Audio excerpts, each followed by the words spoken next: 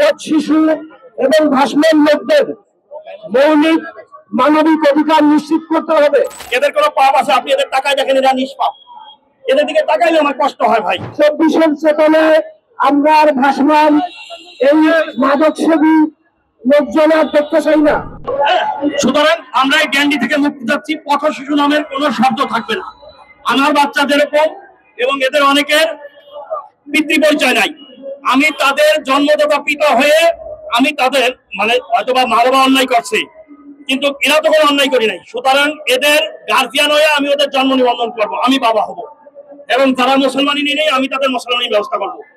এবং আমি ওয়াদা দিচ্ছি, ঢাকা শহরে যদি বিত্তবানরা এবং সরকার এগিয়ে আসে, অনলি 15 দিন সময় দেন, কোনো পথ শিশু, কোনো ভাসমান মাদক সেবী থাকবে না। মাদক দ্রব্য নিয়ন্ত্রণ দপ্তরের মহাপরিচালক মহোদয়কে আমি লাইভেও অনেকবার বলছি যে আপনি এই বিষয়টিকে গুরুত্ব দেন।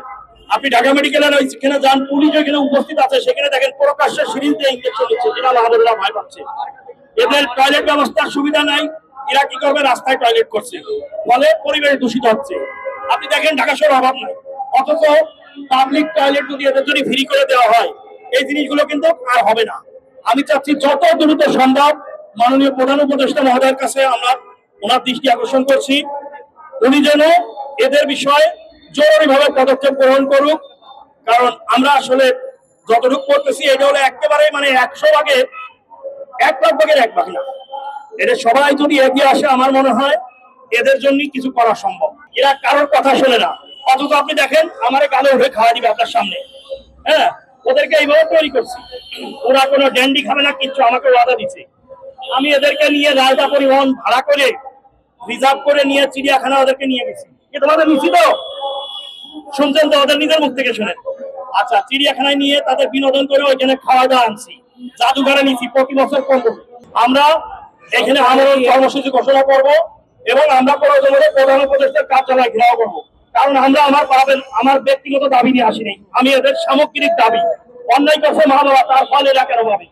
এরা কেন ভোগ করবে বলেন? এদের কোনো পাপ আছে? আপনি এদের তাকায় দেখেন, এরা নিষ্পাপ। এদের দিকে তাকাইলে আমার কষ্ট হয় ভাই।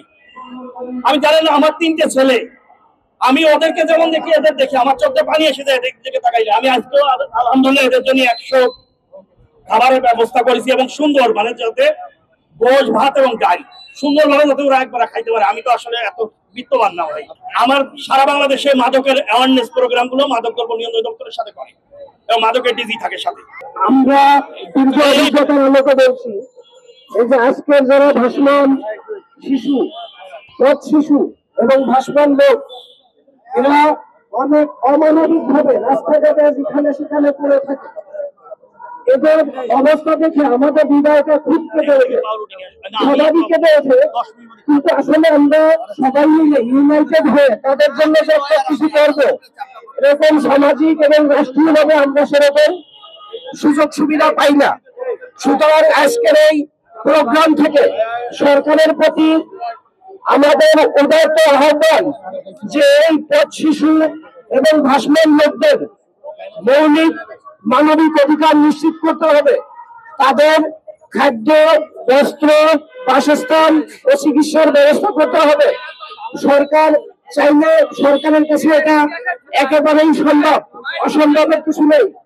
যেহেতু তারা মানুষ, আমরা মানুষ, বিভিন্ন স্বেচ্ছাসেবী সংগঠন, সামাজিক সংগঠন, মাদক দ্রব্য নিয়ন্ত্রণ অধিদপ্তর, সমাজ কল্যাণমূলক অধিদপ্তর, সকল সেক্টরকে এই ছিন্নহীন জনবল, জনশক্তিকে প্রকৃত মানব শক্তিতে যাতে রূপান্তরিত করা যায়, সেই জন্য সবাইকে এগিয়ে আসতে বলছি। 24-এর আমরা একটা জিনিস বলি, 24-এর চেতনায় আমরা আর ভাসমান এই মাদক সেবী লোকজন আর দেখতে চাই না। সরকারকে আমরা উদাত্ত আহ্বান জানাবো, তারা সার্বিকভাবে এগিয়ে আসবে, এবং বিভিন্ন স্বেচ্ছাসেবীমূলক সংগঠন